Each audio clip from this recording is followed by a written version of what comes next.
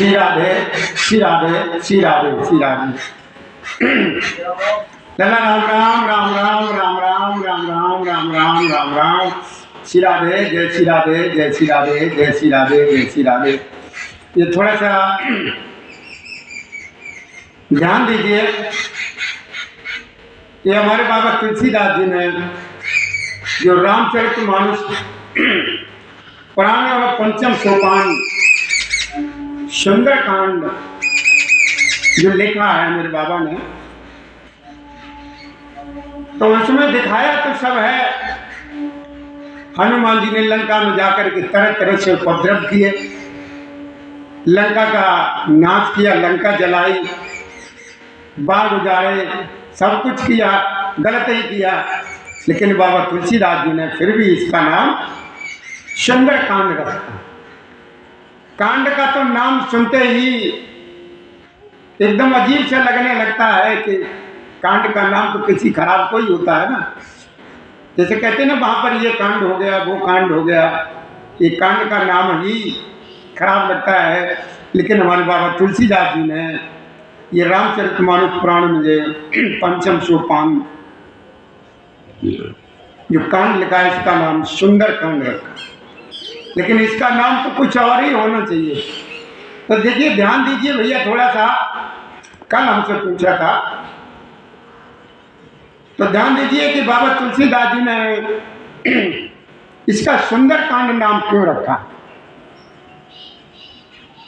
सुंदरकांड इसका नाम क्यों रखा है? क्या मेरे हनुमान जी ने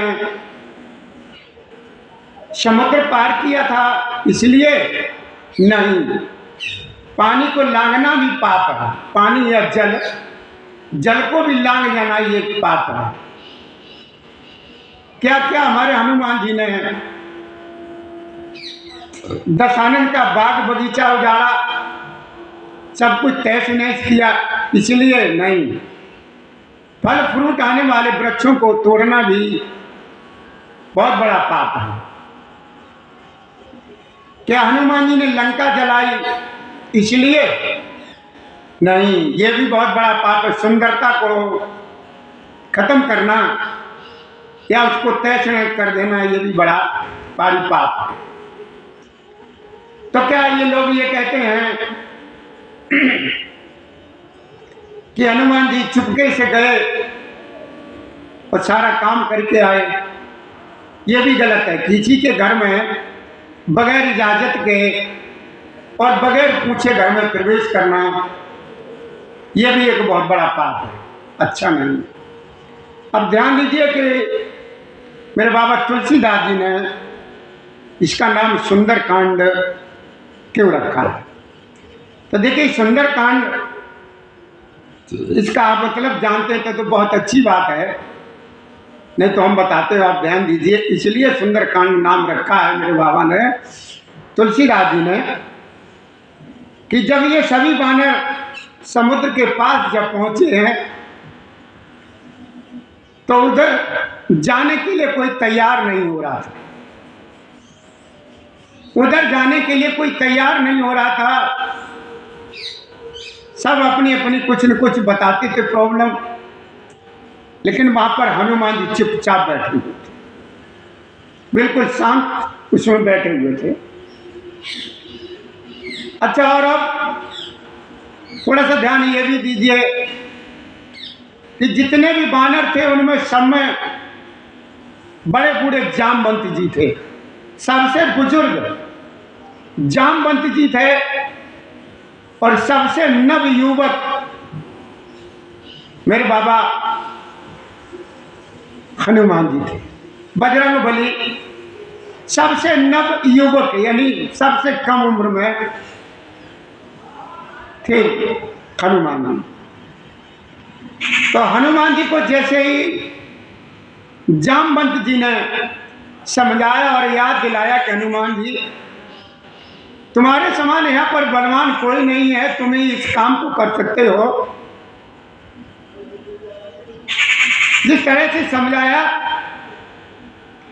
तो हनुमान जी ने उनका समझाया हुआ सब कुछ मान लिया कहाँ जामवंत जी सबसे बूढ़े बुजुर्ग और एक हनुमान जी बिल्कुल एक नव युवक। घर में अगर कोई बड़ा बूढ़ा है, बुजुर्ग है और नया बच्चा एकदम नई उम्र का नादान लड़का एक तरीके का नव युवक बड़े बूढ़े की सलाह मान ले तो इससे सुंदर और क्या हो सकता है। नहीं, आजकल अगर कोई बड़ा बूढ़ा कहीं का भी हो, चाहे घर का हो या बाहर का हो, नव युवक समझाए तो कह देता जाओ जाओ, अरे कहाँ से बड़े बूढ़े ये पुराने जमाने के आ गए, वो समझता नहीं है। लेकिन जामवंत जी ने समझाया और हनुमान जी ने तुरंत ही समझ लिया और समझ करके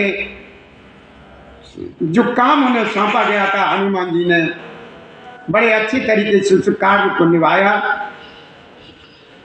तो हनुमान जी ने उनका बुजुर्ग जामवंत जी का कहना माना। तो यहीं पर मेरे बाबा तुलसीदास जी ने सिर्फ इसी बात को, इस कांड का नाम ही सुंदर कांड रख दिया। क्या नाम रखा है मेरे बाबा तुलसीदास जी ने? सुंदर कांड।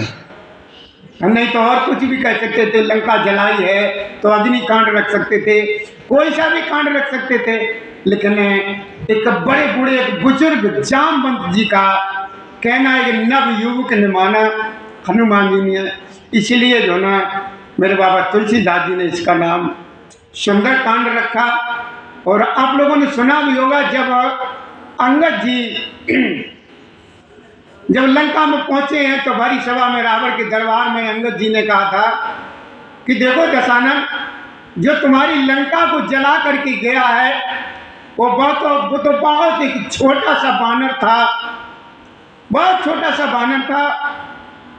और वहाँ हमारी उधर सेना में या प्रभु श्री राम जी के जो रक्षक हैं, सैनिक हैं, इनको कहिए, बानरों को कहिए, वो वहाँ पर एक से एक बड़े बानर, ऐसे ऐसे बानर हैं, एक से एक बढ़ करके जो तुम्हारी सारी लंका को जो ना एकदम समुद्र में बहा देंगे।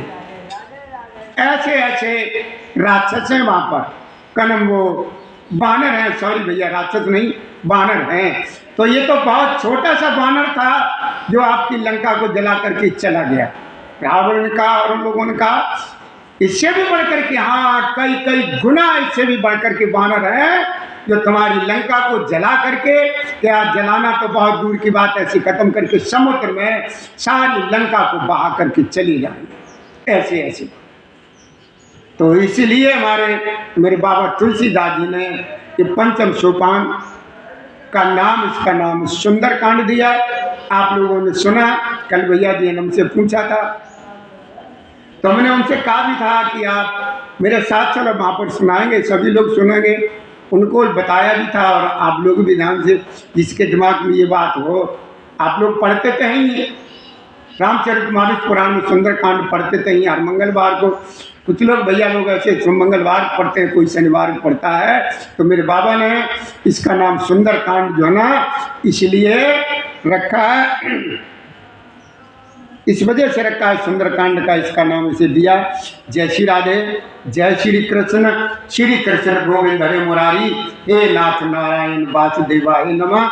इसमें कुछ शंका हो तो हमें फिर पूछ लें, जहाँ कहीं पर मिले हम आपको बताने की कोशिश करेंगे, तो आपके सभी शंका का समाधान करेंगे। जय श्री राधे, जय श्री कृष्ण गोविंद हरे मुरारी, हे नाथ नारायण वासुदेवाय नमः।